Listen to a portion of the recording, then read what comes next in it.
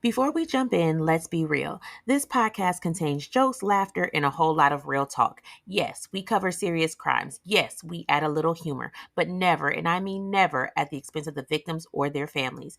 If you're sensitive, easily offended, or the type to clutch your pearls every time someone laughs during a true crime story, this may not be the podcast for you. But if you like your true crime with a little bit of spice, a lot of honesty, and just enough petty to keep it fun, welcome to Melanin Mysteries, baby. Let's get into it.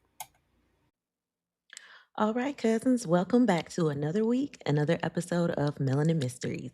If you're new here, this is the podcast where we tell true crime stories involving melanin, relationships, and the messy situations that happen when love, lies, and bad decisions collide. Now, before we get into this week's story, I want to start by saying thank you to everybody who stuck with us through last week's episodes. When I tell y'all that audio was doing the absolute most.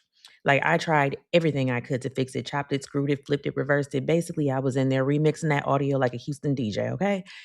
Unfortunately, I couldn't get it perfect. And with the timeline, I didn't want to hold the episode and have it drop late. Like it was a bomb episode and a bomb collab. So like I said, y'all still showed up, y'all still listened, and you still left positive reviews, and we truly appreciate it. So thank y'all for rocking with us, even when technology decides that it act like it don't know how to behave. Now, speaking of appreciation, it is still National Women's Month. So, all month long, we're highlighting the women. Now, granted, some of these women we're covering this month may make you clutch your purse, lock your doors, and check your text messages twice. But listen, we're supporting women all month long, regardless. And don't worry, we're going to talk about it. In this week's case, now y'all already should know the vibe. So, we're going back to the 2005 case of Cheryl Miranda and Tonya. It's either Tonya, Toya, I don't know. It interchanges, and it's out of Georgia. This case involves a volatile relationship, a cross state trip that ended in murder, and a plot that prosecutors say involved family members and a burnt up truck in the woods. And cousins, just so you know, this is a swirl case to boot. So you already know the comments are probably about to be a little bit spicy. But before we jump into the story, I just want to make sure that y'all take a quick second to leave us a 5-star review if you're enjoying the show. It really helps other cousins find the podcast and keeps Melanin Mysteries growing. And if you want even more content, make sure you sign up for our subscriptions on Apple or Spotify.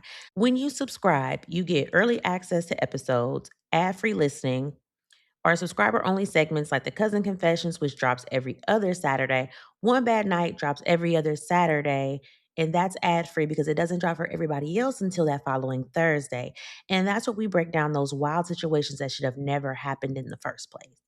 So if you want the tea before everybody else gets it, make sure you go ahead and subscribe. And yes, Love Lies and Alibis will be returning. Like I said, I'm just making some tweaks and some changes to it, and it's going to be back better than ever. Trust. Now, grab your drinks, lock your doors, and make sure you are minding your business because this is Melanin Mysteries. And this week we are diving into the case of Cheryl Miranda and Tanya Miller. And just a side note, I'm rolling solo this week. So if you didn't know, I'm your host, Tiffany, aka Detective Lightskinn, and I have a crazy ass story to tell you. So let's go ahead and get into it.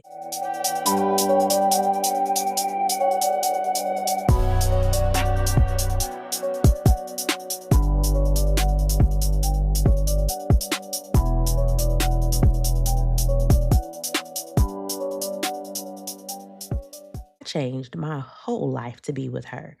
She wasn't even my type for real, but I figured, let me try something different. I'm gonna step outside the box a little bit. I tried to be good to her, like I really did, but she just kept pushing me and kept pushing. If it wasn't her going in on my son, it was her complaining about the bills. It was always something. And then she had the nerve to file a restraining order on me like I'm the problem. Okay. And I tried to walk away. I promise I did. But then this bitch locked me out and pawned my shit. And right there, that was the last goddamn straw. I didn't want to do what I did. But when somebody pushes you far enough, sometimes you feel like you just got to do what you got to do. Like Pac said, I ain't no killer, but just don't push me. So we are going to March 4th, 2005. We're in Fulton County, Georgia, in a wooded park area called Welcome All Park, right? So an off duty police officer driving by minding his own business. And he looks over and he sees a fire. He's like, okay, maybe this is my job. Even though I'm not on the clock, I'm going to go over here and investigate. And there is from what he can see, a white pickup truck. It's on fire in the woods. So he immediately gets on the little thingamajiggy and he calls the fire department. So the fire department gets there. They're putting out the flames on this truck. But in the back, like when they finally got it extinguished, they find a charred body in the back of the pickup truck in the bed. Now, from what they can see just before really doing an analysis, is of course, like we said, the car was in freaking flames. Like they're lucky it didn't dang on explode. So the victim is badly burned. They see that the wrists are bound with some type of ligature, and then there was a belt tied around this person's neck.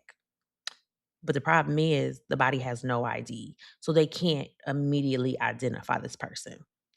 Now, I think that they had gotten to the truck before it became like a big thing because the license plates actually survived the fire and they were able to run the plates. So the plates actually come back registered to a Cheryl Miranda. Now, she is a 56-year-old non-melanated person, and she was from Tampa, Florida. Now, mind you, we said we were in ATL, we're in Fulton County, so we were actually in Atlanta. So they're like, okay, well, this could be Cheryl, this may not be Cheryl, we don't know, but this truck belongs to Cheryl. We don't know who this body is, but hey, we got to find out. That's what their job is. So the investigators, they sent the body to the ME's office and they started looking into Cheryl Miranda. Like, again, they need to verify if this is her or whatever. So they start reviewing phone records, they're pulling out things and they're trying to figure out exactly what direction they need to go in. So her full name was Cheryl C. Miranda. She was born November 3rd of 1948 to her parents, Michael J. and Odelia Miranda. And for real, we do not know like much about her childhood or her early life. She was a Vietnam veteran. And that tells you something about her already, because serving in Vietnam was literally no joke. Now, her mom passed away in 2002, and her daddy passed away in 2005. And I'm not sure. Well, we'll come back to that in a second. So around this time, like I said, she had already been through a lot. Like the lady done survived Vietnam. Like we know that people who went to Vietnam did not come back how they should. Like that was that was the Frank Lucas and Frank Matthews era where heroin was running wild. Like they did those Vietnam vets so bad. So yeah, she survived a lot, right? So after she got back from Vietnam, she ends up settling in Tampa, Florida. And she's, just minding her business. She got a regular job. She worked as a printer press operator. She's also getting a pension from the military. So sis got a bag. She's got a consistent bag every month. So she's doing well, steady income, benefits, military benefits when you retire are great.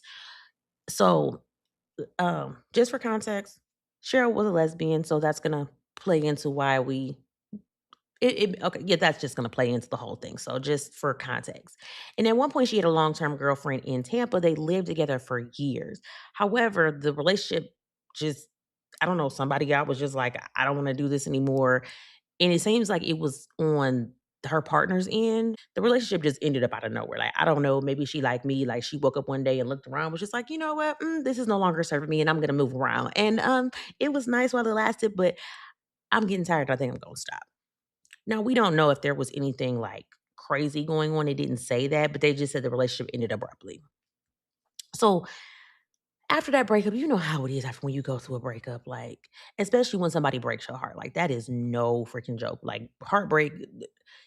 And it's I've always thought it was so crazy, like, when somebody breaks your heart, it literally, like, you feel it in your chest, like, like, that is so crazy to me, like, and I've never been able to I mean, I've done some research, like, why does your actual heart actually hurt when somebody breaks your heart? Like, it is the weirdest thing, right? But anyway, I'm gonna do some more research into that because that would probably be a good love lies and alibis conversation. Because I really want to know, like, really take the time to deep dive and figure out exactly why. Because baby, when I say your chest gets tight, it be hurting. You be feeling like you about to have a damn heart attack sometimes. So anyway, back to the case. So after the breakup, Cheryl, like, she became like a real homebody. Like, she was like, I'm done dating. She was like, I ain't got time. I'm gonna just be in the house. She didn't really go out much. Like, she had friends, but mm, she was just trying to recover from that heartbreak, which is understandable. And but they said like it went on for like several years. So she's, just chilling, going to work, minding her business, drinking her water, you know. So, like we said, she was not melanated. And that's why this case is a swirl case. So, back to the investigation. So, like I said, the truck was burned up so bad, like they didn't have like almost any forensic evidence. So, whoever did this probably thought they could destroy everything with fire, right? But y'all didn't take into account that maybe we're not even talking about what you should have did because we're not promoting the crime here. I just be thinking about like how you could have made things better, but that's just me. I'm not gonna go out and commit a crime because why? I'm scared of going to jail. And I have a laundry list of reasons why, and I'm not afraid to admit that I am scared to go to jail. I wouldn't make it. So, first thing they start doing, they start combing through Cheryl's phone records. Again, they still don't know exactly who this is in the back of the truck. All they know is this truck belongs to a Cheryl Miranda. So this is the only thread they have to unravel. So they're like, okay, let me start with her phone records. They get them pulled, and they first find some messages between a lady named Teresa Smith and Cheryl.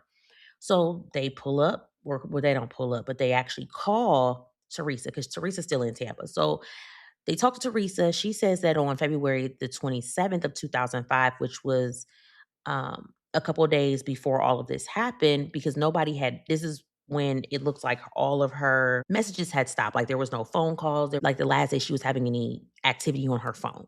So Teresa said that they had plans that day. They were actually supposed to watch the Oscars together. Cheryl was supposed to come and watch the Oscars with Teresa and her husband. Oscars is so boring. But Cheryl actually ended up calling and said she wouldn't be stopping by. So, like again, we said like Cheryl was she was like, like you know how it is. You make plans and then you don't want to go. That's me all day. I will make plans with you all day, and I'd be like, yeah, I don't want to come. So I just don't. But I'll tell you that I'm not coming. So anyway, Teresa was just like, okay, no big deal. So she was like, I'll, call her tomorrow, check on her, whatever. She's calling Cheryl the next day, but she's not getting any answer. And she's okay, well, that's not like Cheryl, but maybe she's, going through a little thing. She don't want to talk to nobody. Okay, no biggie. So that was that. Then they come across another phone number, and this one was from connected to a lady named Josette Skeens. Now, when they reach out to Josette, she's like, "Yeah, like, Cheryl was my girl." Like, she was like, "My auntie." She's like, "I've known her for, shoot, forever, like 30 some years." And they're like just trying to get some information. They're like, well, have you spoken to her recently? And she's like, well, yeah, I spoke to her the other day. Cheryl has been talking to me about leaving Tampa. Like, she just wanted a change of scenery. She was considering moving to Alabama where Josette's mama lived. So she was going to, go there, check it out, see if that's somewhere like she might want to vibe with and, kind of go from there. But Cheryl also had told her that she was going to stop in Atlanta first. And she had a reason for stopping in Atlanta. She was actually going to drop off her ex-girlfriend. I ain't dropping my ex off nowhere. Just for never mind. I'm not dropping my ex off anywhere. How about especially not in a different state. So the ex-girlfriend's name is Tonya Miller. Okay. So this is the thing though about Tonya and Cheryl. So Josette tells the police that Cheryl was like terrified of Tanya, like terrified. What do you mean you're terrified of your ex, but then you're driving them across state lines to drop them off? Okay, just right. So at first, like nobody really knew what Cheryl and Tanya were. Most people thought they were roommates. Like they didn't really like broadcast their relationship. And I mean, nobody questions it. I mean, but if you look at Tanya, you could tell she was a stud in a relationship. I'm just saying. So we all drop them pictures, you'll see. I don't know how nobody didn't notice, but whatever. So they had like this little down low relationship. Like they didn't, like really they want people all in their business, which is fine. Totally understandable. I don't want people in my business either. Like whatever you see is what you see, and you can make it whatever story you want. Whatever. But Tanya, she was one of us. She was melanated. Okay. So that's what we said. It's a swirl, okay? So About 2 months before, the police were calling her, Josette felt it was necessary to, get the police a little back information and a little bit of context because Cheryl had actually called Josette for a ride, asking her to pick her up from a club. Josette's like, okay, no problem. That's like my auntie. Of course, I'm gonna come pick her up. But when she got there to pick up Cheryl, Cheryl got a busted lip. She missing a tooth, and her arm is messed up. Who the hell you been fighting? They not out your goddamn tooth. Were you fighting a man? Like, what is going on here? But when you see Tonya, you'll see what I mean. Yeah. So Cheryl was like, "Yeah, me and Tonya had gotten into a fight, and Tonya left. She left. Oh, and she left you like this, and that's supposed to be your woman, your girl, like, yeah." So now Giselle says she like had really never actually met Tanya. Like she's seen her in passing a few times. Like they didn't speak. It was probably like one of those like, oh yeah, this is Tanya. And like I said at the time, Josette thought they were roommates, so she didn't really like take too much context into it. She was like, but as time went on and she's around much more, she assumes that's her girlfriend, and you know Cheryl tells her things here and there about what's going on. But when she saw her and she had been beat the hell up, she was like, okay, this is a problem. So, okay. Now they at least have like, okay, they're like, who is Tanya? We need to talk to Tanya, Tanya Miller. So they're still going through her phone records. And they come across another number. And this one is to a Montina Miller. Okay. So they reach out to her. And she like, I don't know my name, Cheryl. They like, well, Cheryl was calling this number. She's like, I don't know nobody named Cheryl. Cheryl ain't called me. And they're like, well, they give her the date and the time, and she's like going back through her, probably going through her mental Rolodex, like, who the hell called me? Because we have to think of like, who the hell called me? And then she was like, wait a minute, my nephew called me. And they're like, your nephew called you from this phone? And she was like, yeah, like I didn't recognize the number. She was like, but when I answered, it was my nephew. And they're like, well, who is your nephew? And she's like, my nephew, his name is Jabaris Miller. So they're like, okay, now who the hell is Jabaris? Now we got a Tanya and we got a Jabaris. So they're like, well, do you know what Tanya? And she's like, because they have the same last name. And then Jabaris, his last name is Miller. So this is all kind of adding up. So they're like, she's like, yeah, Tanya's my sister. And she's like, and Jabaris is Tanya's son. So she's like, well, look, let me tell you how this all went down. She was like, Tanya had actually moved to Atlanta in January of 2005. She said she needed a fresh start because she had been living in Tampa for a minute, but she was in this relationship and it just was not working out too well.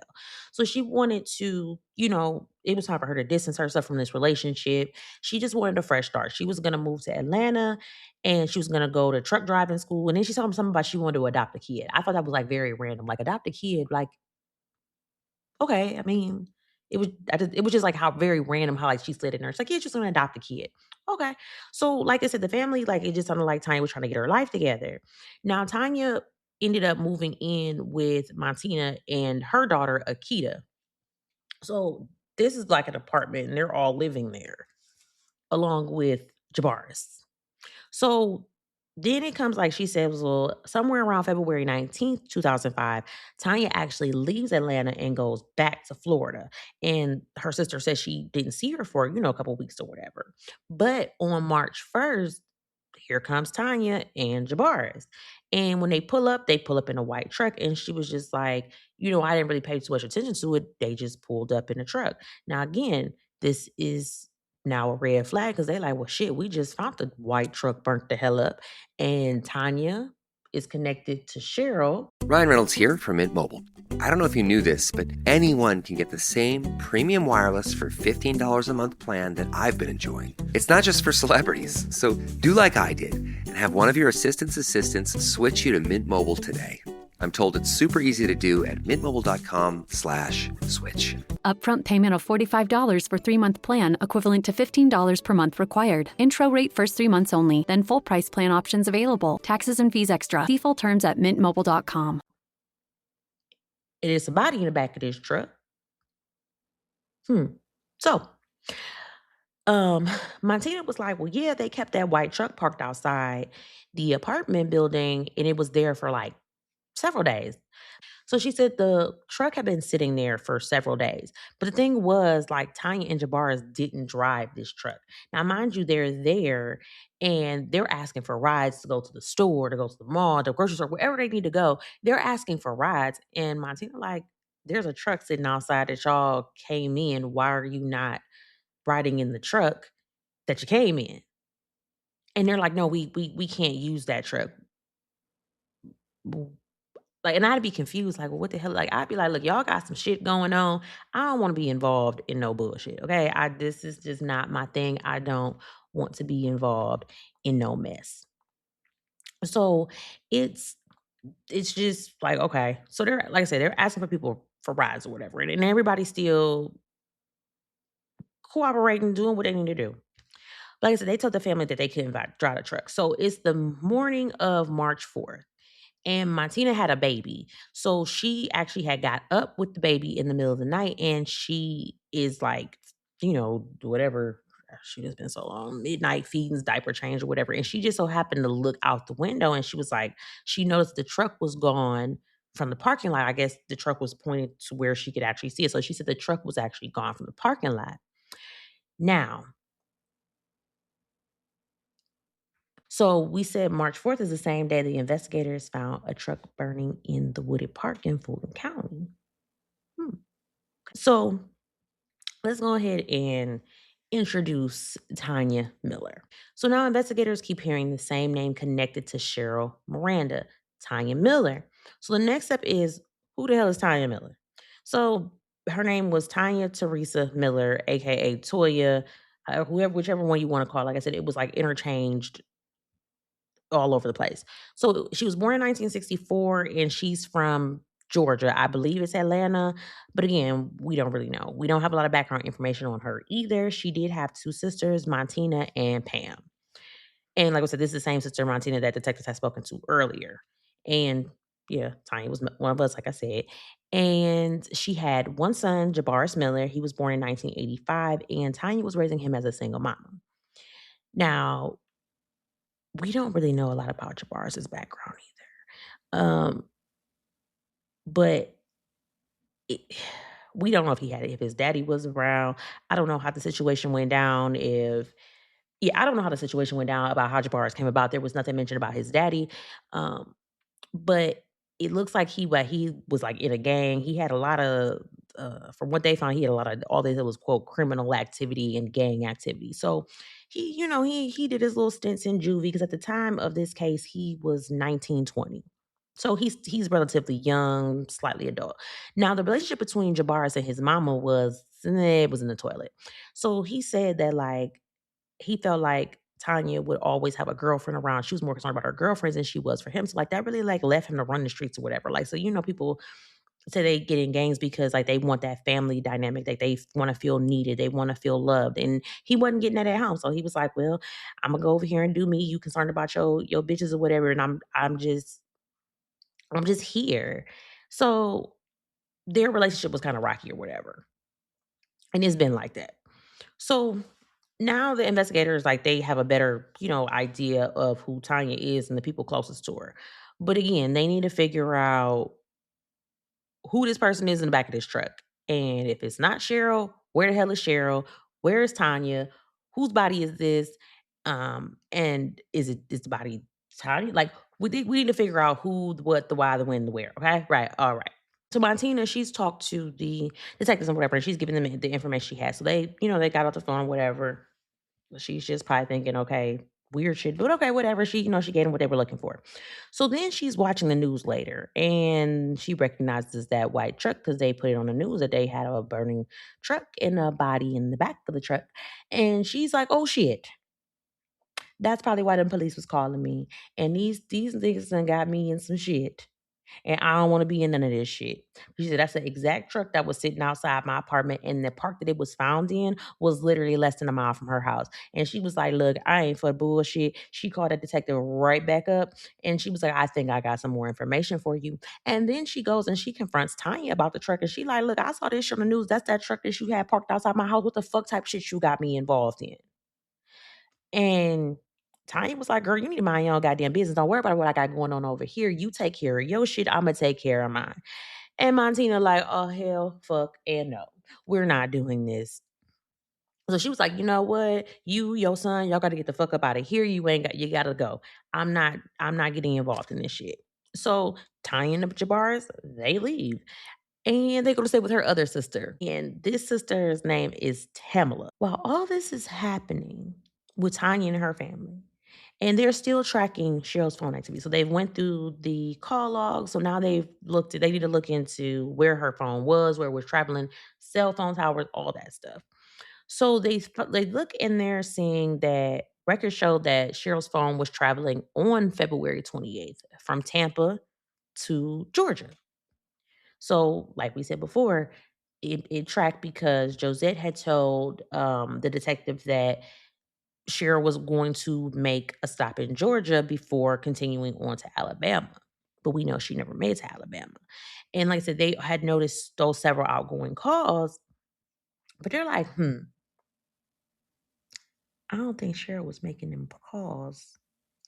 So they're like, So they go ahead and they're like, we're going to do a little bit more digging. So, like we said, because when Cheryl's number called Montina, it was actually Jabari. So they're like, well, are some of these numbers being called by Jabars?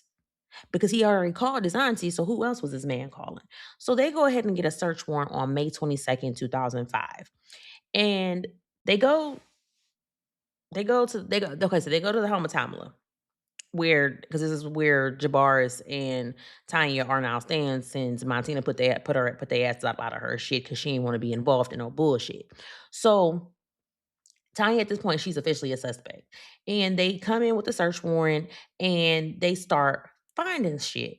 They find some pawn shop receipts dated February 17th, February 19th, February 21st, 2005. And the receipts show that there were some personal items belonging to Cheryl that had been pawned. So they like, okay, now niggas is pawning off her shit or is she pawning off her shit? So they want to know like what the hell going on. So then they also find some personal paperwork that belonged to Cheryl. So why does Tanya have Cheryl's shit? But then they find some possible weapons. They found a decorative knife, a letter opener, and a set of nunchucks. Who the fuck is walking around with a set of nunchucks? Where do you even get nunchucks from? And we black. So that's already a red flag. Cause that's not some stuff that we do personally. We don't walk around with nunchucks. A knife, a gun, a shank maybe, but some nunchucks, that ain't our shit. Mm-mm. So after they do the search and all these items are connected, Jabars had the unfortunate look of being at the apartment or the house when the search warrant was executed. So they're like, okay, well, we know you were using her phone. We know that you were in the car. We don't know if you were driving. We don't know what she was doing, but we're just gonna take you in. We're gonna arrest your ass because you got some splaining there to do, sir. So they get to questioning this man, and this I can't even say this man, this little boy, he cracks. He like, look, I ain't know nothing about that body. He like, look, I was just riding around. I'm riding my mama around. She told me that, we were gonna do better and we were gonna work on our relationship when we got back to Atlanta. And I was just, doing what it was told. So he was like, I had been driving that truck around for a few days. He was like, but I didn't see Cheryl. He was like, my mom handled all of that. So he's like, I don't know what's going on with that. So when they bring Jabars down to the station, he's probably sitting there. I mean, if you've been in trouble with the law, you should already know the drill. You should be at that point, if you've had several encounters, you should just be stoic and know not to say shit. We should know this at this point. If you've been in contact, like you should know not to say shit. But I guess he didn't. Because he starts talking. We keep telling y'all about shut the fuck up because it's free. But nevertheless, Jabars gets to talking. And he like, look, I don't know about nobody in the back of no truck. He like, what had happened was, he was like, I was told that we were going to be moving from Tampa to Atlanta because Cheryl and my mama had got into it. We was living with Cheryl down there and she didn't like me. He was like, I mean, yeah, I moved in with him. I mean, yeah, I ain't had no job. I mean, yeah, but she was always bitching about shit. Like, she was always bitching because I wasn't working. And she was like real OCD and she just wanted her house like real, real clean. So my mama and Cheryl used to get into it all the time because she had an issue with me. He was like, in the end, he was like, I mean, but they was always fighting. He was like, but I just moved in trying to get my life together. He's like, I just really wanted to spend time with my mom. And he was like, I just my mom said that we were moving. Her and Cheryl had broke up because Cheryl put my mama out the house and locked her out.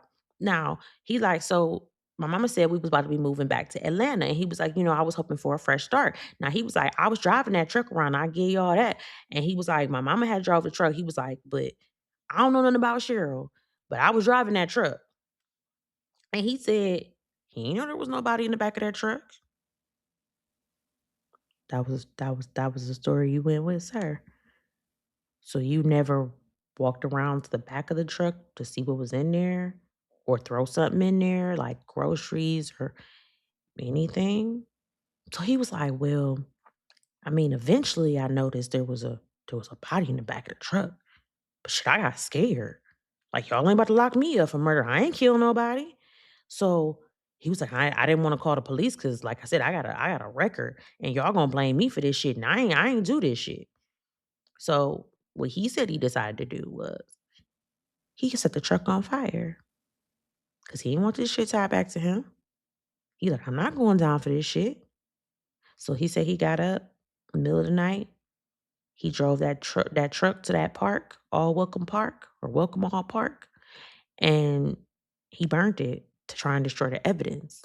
And that was the same burning truck they turned around and found. I don't think if you're gonna burn up a truck, you should do it in a park in a open area like that. Like I think you should, drive out the way because it would make it a little bit hard. Okay, I'm not gonna continue to tell y'all how to get away with things, but I'm just saying like criminals just don't do things. Like I just be wondering, like, do y'all think when y'all do things? But no, they don't.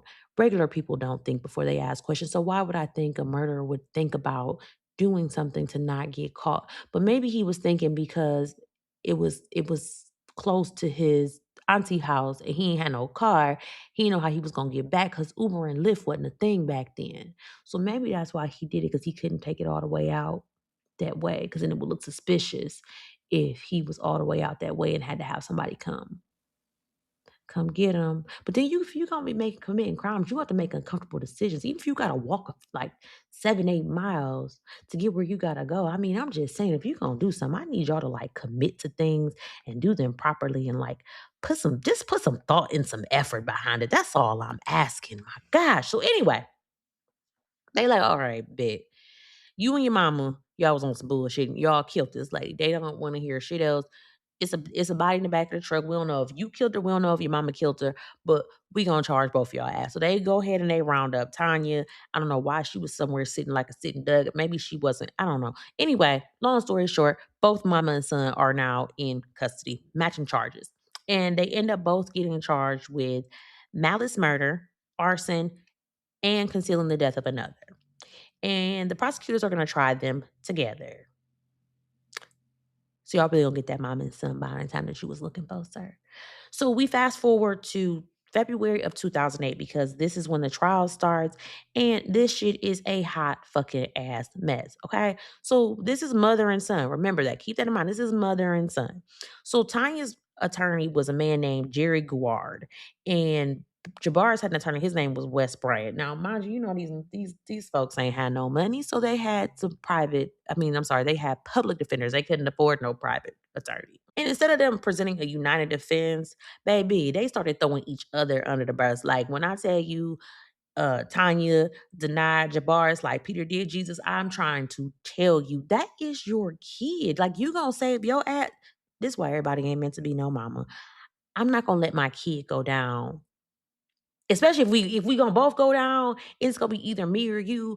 I'm gonna take that charge for my kid. I probably would if it's an option of we was both in this and we did this together. I'm gonna go ahead and take that charge for you. I ain't even gonna hold you because I'm not gonna let you go down. Like if we both had the option to go down, I'm gonna go ahead and take that charge for you. I ain't even gonna lie.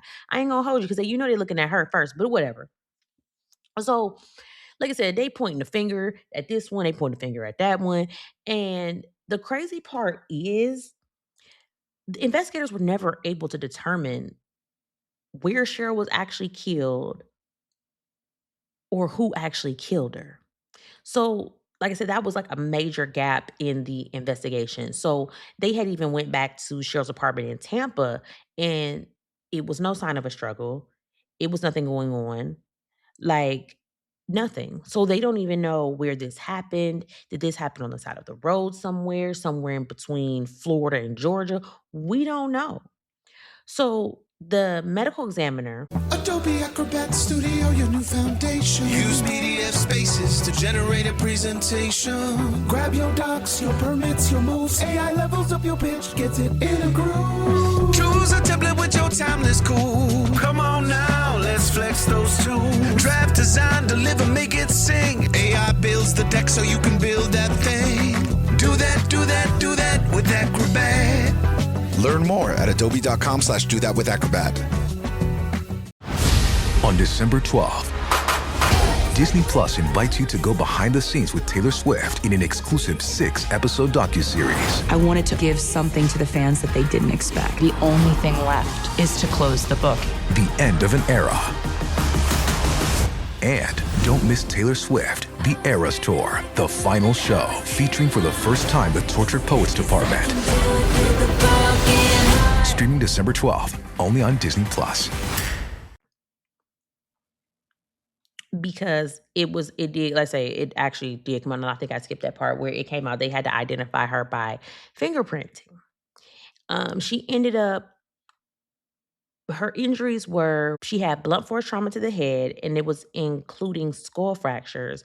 There were 4 sharp force injuries to the head and additional force injuries to her chin and neck. Her left jugular vein had actually been severed. So that was basically like it was either that killed her, or it was a blunt force trauma to the head. Either or could have been the exact thing. And then, like we said, when she had been found, they had found a belt around her neck. They strangled this lady too. Now, they didn't say the exact order of how this went, whether it was she was strangled and then the left jugular was cut or the blunt force trauma, but whatever it was, they didn't knock this lady out. They didn't strangle this lady. They have stabbed this lady. Overkill. Complete freaking overkill. So the ME testifies, and he said that Cheryl was actually alive when all of these injuries were inflicted, but she was dead when they said that when the truck was set on fire. So again, we don't know how long that they was rolling around with this body in the car. They don't know exactly when she was killed. So the fire didn't kill Cheryl, but it was just an attempt to destroy the evidence. So Jabbar's his attorney was just his argument was that Jabars did everything to please his mother. Like he was trying to earn her love and approval. And like we had said, Jabars had moved back in with Tonya and Cheryl. He was struggling. I mean, he was still a kid to me. Like he's 18, 19, 20, whatever. He's still technically a kid. Yes, he's an adult, but he's still a kid. Like we've discussed this. He's still a kid. And he had trouble getting a job because of his criminal record. So he moved in trying to just get back on his feet. Now, the defense claims that Cheryl did not like Jabars and she felt like he didn't fit into her structured military lifestyle because, yes, the military has a way of conditioning you. You're supposed to be very neat. You know, you keep things in a certain order. And there's nothing wrong with that, but he did not fit into that lifestyle. And this was causing tension in the household because, like we said, Jabars was like, it was causing arguments and she wanted me to do this and she wanted me to do that. And it made the tension between Tanya and Jabars even worse, on top of what they were already dealing with. And then Jabbar said that he felt his mother never paid attention to him and like she cared more about her relationship than him. And the defense argued that he only helped her because he wanted her love. And then he thought that if he, help cover up what his mom did, because yeah, he's pointing the finger at his mama because he ain't trying to go down for this murder that he claimed he ain't do. So yeah, he threw his mama under the bus too. He like, I only helped her because I wanted her love. Now I ain't kill nobody. Let's make that clear. I ain't kill nobody. Now, what I did do was burn up a body to help my mama, but I ain't kill nobody. But then here comes Tanya's defense, and she's like, "Look, I ain't did shit." She was just like, "Look, me and Cheryl, we had our problems, we fought, but I ain't killed the lady. I mean, she brought me back to Atlanta. Now, how she died, I don't know, but I'll tell you, Jabbar's burnt up that truck. So if he burnt the truck, I'm trying to tell you, he killed her too. Just like I'm not gonna throw my kid under the bus like that. Like, come on, man. Come on, like that's still your baby at the end of the day. Like, The psychology is crazy to me, like, but whatever. I guess she like, look, she's like, this ship is sinking. I gotta save my own ass. We going down like the Titanic. Like, baby, I need to be in a lifeboat. So the defense claims that the relationship fell apart when Cheryl dumped Tonya. Now, again, I said probably she dumped her because she was an abusive ass bitch. Like, I pull up at the club, somebody pulling up at the club and picking me up because I got bruises and my tooth knocked out. Bitch, fuck you. So Cheryl, like I said, Cheryl bossed up on her and she dumped her. She changed the locks to their apartment, but this was the diabolical part that I absolutely love. Cheryl pawned Tonya's shit. So those pawn receipts was actually Cheryl had went and pawned Tonya's shit. And she said, all your shit has got to go. And I love that for her. I really do. Because when somebody got you fucked up, it might be petty, but sometimes you gotta get your lick back. I ain't even mad at her. But according to the defense, Tonya was the one who had been wronged. And, she was like, look, I was just trying to move on. I was trying to start a new life in Atlanta. And I ain't had nothing to do with that lady death. So why you have her truck though? Where was she at? So even if your son did it, just devil's advocate here. If your son did it, why you still running around in this dead lady truck? Why?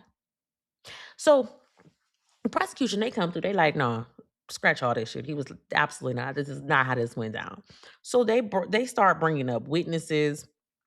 And then they also start bringing up the domestic violence issues because we already have to. They had Josette testify about when she brought when she actually came to pick up Cheryl from the club. Right, we talked about that. So Cheryl had actually filed a protective order in March of 2004, and at that time, Tonya was forced to leave their house. But then, like literally, like days later, Tonya was arrested for violating this order. Mhm. Now, there was another protective order filed in May of 2024.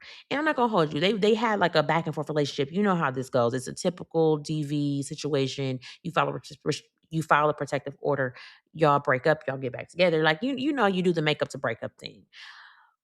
So there were two protective orders filed within 2 months in 2004. So, like I said, we have those two protective orders, and we have the testimony of Josette showing where or speaking about when Tonya, Tonya abused Cheryl. So they're like, this relationship has been violent long before Cheryl was killed. And then to top it off, they has another two very important witnesses. Tanya's own sisters got up there and testified against her ass. They sure did. They sure did. Mm-hmm. Because remember, Montina, she said, look, y'all ain't dragging me into this shit. I'm going to tell you everything I saw because I'm not getting dragged into none of this bullshit. So, detectives testified that days after Cheryl was believed to be dead, Jabars was using Cheryl's truck and her phone. So they thought that she was already gone. They just still over here using her shit, rolling around in this dead lady truck, using her minutes, because this is back in time we still had minutes. Stuff was not phone was not free until 9 p.m. in weekends. So you up here using this lady's daytime minutes, rolling around in her truck, doing the most. Lock them up for that. Using somebody's daytime minutes. We didn't that was expensive. And then after all of this, the jury hears the testimony, they hear from the Emmy, they hear from the detectives, they see the evidence, right? They like, and they've heard Jabaris and Tanya pointing the finger at each other for days. And they said, you know what?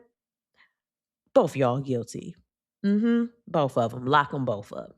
So Tanya ended up with malice, murder, and arson.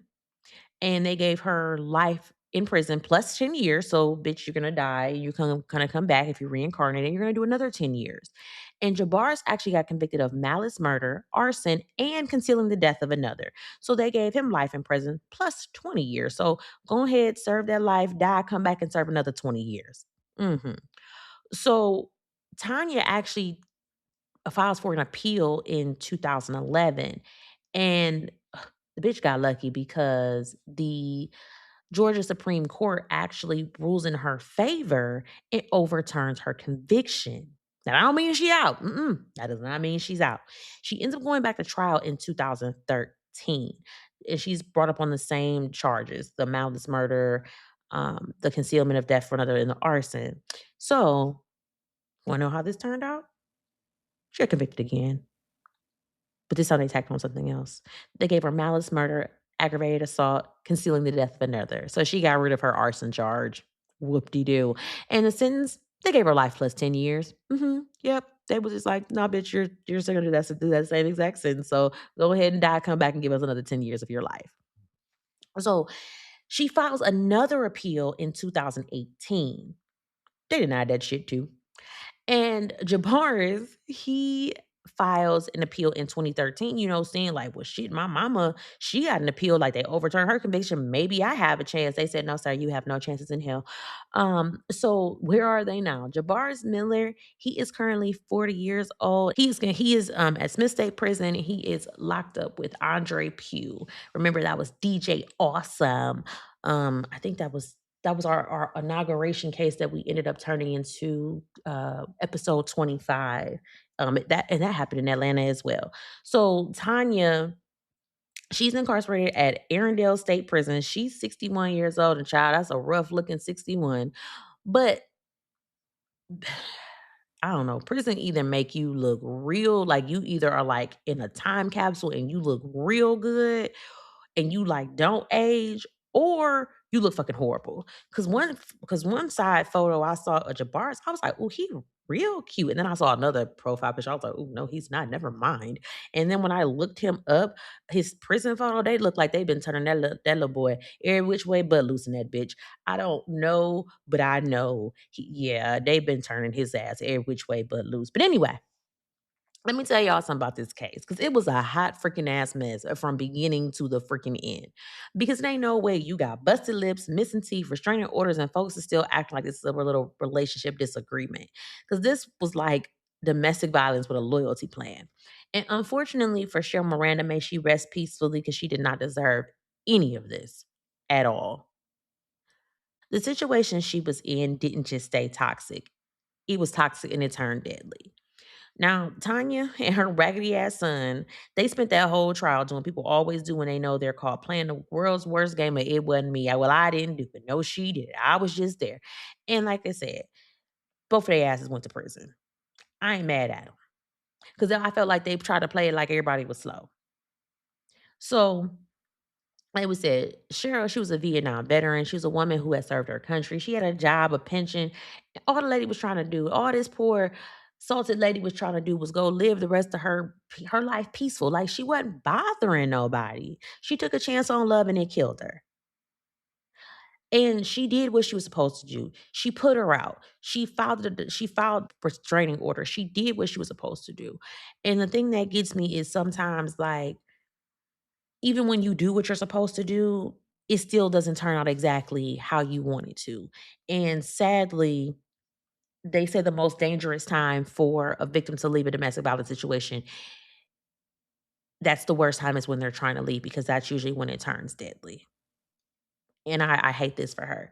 But unfortunately, if we didn't have these stories, you wouldn't have Melanin Mysteries. Like I said, yeah, well, that's that. So let this be your reminder. If somebody is putting their hands on you, if you're scared of the person you're dating, and if restraining orders are involved, baby, that relationship is not going to magically improve. It is going to escalate. And sometimes it ends exactly like this. So until next time, cousins, I need y'all to mind y'all business. Stay safe. Pay attention to the red flags, because if you see them waving, honey, they are not a circus. Keep moving. So that was our case. Um, so I pulled out of something a little different. Like I said, we are highlighting the women all month because it is National Women's Month. So we will have a women's case across the board for the entire month of March. So before I let y'all go, I want y'all to leave me a review. Let me know how you enjoyed the story. If you have questions and or concerns about Cheryl and Tonya, Toya, whatever this child's name is, make sure y'all check out the visual, because this one was crazy. It was freaking unnecessary. Like most of them are. Like, girl, you're mad because the girl was telling you beating her ass. Okay, whatever. Like I said before at the beginning, make sure you leave us a 5-star review wherever you're listening. I actually have an announcement that will be coming later this week, so make sure you stay tuned. If you have not joined the Facebook group, Love, Lies, and Alibis, Melanin Mysteries Podcast, go over to Facebook. Do that. You can find us on all social media platforms, Facebook, Instagram, and TikTok. We are Melanin Mysteries Podcast. What else is there? I think that's about it. Yeah, I have an announcement that I'm going to be making on, I don't even know what day this week. I'm shooting for Thursday, I think, or maybe it'll be Friday. I'm not exactly sure yet, but make sure you tap in. I'll be posting it on all the Spotify and podcast platforms. And I am so excited to share this news with y'all. It is going to be so awesome. So make sure you tap in. Make sure y'all leave comments. Let us know what you thought about this episode. Um, because this was like really like my very first time doing Melanin Mystery solo. So I hope I did it justice. I know it's not the same, but I'm gonna tell you right now, I'm gonna pull out my black mama voice. Be light on them comments, okay? All right. Cause I be trying, the Lord working on me because people be leaving comments sometime and I have to actually let Chi Chi respond so I don't snap out.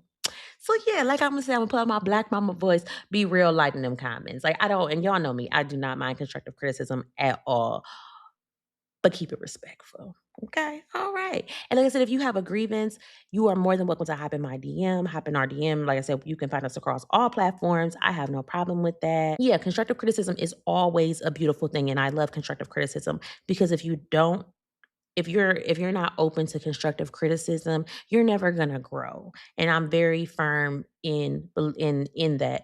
Like I said, when we started this podcast, did not know what we were doing from a can of paint. It was hours upon hours of me doing research on just everything. Like the whole thing has been a learning curve for the last year and a half. There was no handbook to do this. So like I said, and a lot of the growth has been based on constructive criticism from y'all, from our cousins. And like I said, that will always be appreciated. Like that will always be. This episode is brought to you by Redfin. You're listening to a podcast, which means you're probably multitasking. Maybe even scrolling home listings on Redfin, saving homes without expecting to get them. But Redfin isn't just built for endless browsing. It's built to help you find and own a home. With agents who close twice as many deals, when you find the one, you've got a real shot at getting it. Get started at redfin.com. Own the dream. Important to me. So like I said, like I have like, you got a grievance, hey, hit me up. Tell me something that there's something that can be done better. Tell me like, hey, and that's another thing. We love case suggestions. I've been getting an influx of case suggestions and I'm actually going to have a better way to streamline those case suggestions.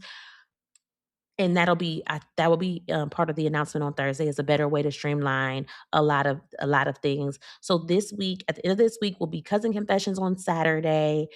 Make sure you tap into One Bad Night because that will actually drop Thursday. So yeah, I might have to drop the announcement on Friday because One Bad Night drops on Thursday. I gotta keep track of the schedule. Like when I tell you, it is so much freaking going on. It is so much going on. So make sure, like I said, you tap in, follow us on social media. Let me know what you thought of the case. And if you see a woman, high five to y'all, high five to us, because we as Black women, we be doing this. Black women, white women, every day, women are important. Like the world would freaking collapse without us. So let's celebrate each other this month, because y'all know how we can be. We can be a little catty, but let's celebrate each other this month. And until next time, make sure you remember love should not come with a life sentence. So make sure you choose freedom and not felonies.